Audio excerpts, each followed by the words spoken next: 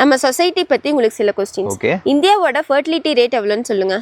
இந்த fertility rate அப்படிங்கிறது ஒரு ஹஸ்பண்ட் அண்ட் ஒய்ஃப் அவங்க லைஃப்ல எத்தனை குழந்தைகள் பெற்றுக்கிறாங்க அப்படிங்கிறது 1990s இது 4 குழந்தைகள் வரைக்கும் இருந்துச்சு. இப்போ அது கம்மியாகி 2 குழந்தைகள் பெற்றுக்கிறாங்க. ஓகே. இந்தியாவில் எத்தனை பர்சன்டேஜ் ஆஃப் தி சைல்டுக்கு இம்யூனைஸ் பண்ணுறாங்க, அதாவது தடுப்பூசி போடுறாங்க? 76% ஆஃப் த குழந்தைகளுக்கு ப்ராப்பரான தடுப்பூசி கொடுத்துட்றாங்க.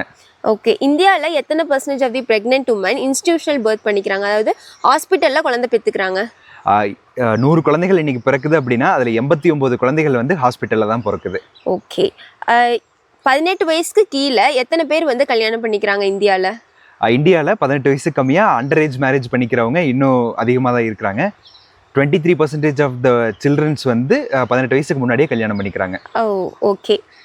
இந்தியாவில் இன்னும் டொமஸ்டிக் வயலன்ஸ் இருந்துட்டு தான் இருக்குது. அது வந்து எவ்வளோ பர்சன்டேஜ் இருக்குன்னு சொல்ல முடியுமா? டொமஸ்டிக் வயலன்ஸ் இருக்கக்கூடாதுன்னு சொல்லி தான் கவர்மெண்ட் ஒர்க் பண்ணிட்டு இருக்குது.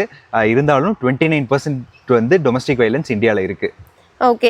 இந்தியாவில் ஒபிசிட்டி, அதாவது மென் அண்ட் உமன் வந்து ஓவர் வெயிட்டாக எவ்வளோ பர்சன்டேஜ் இருக்கிறாங்க?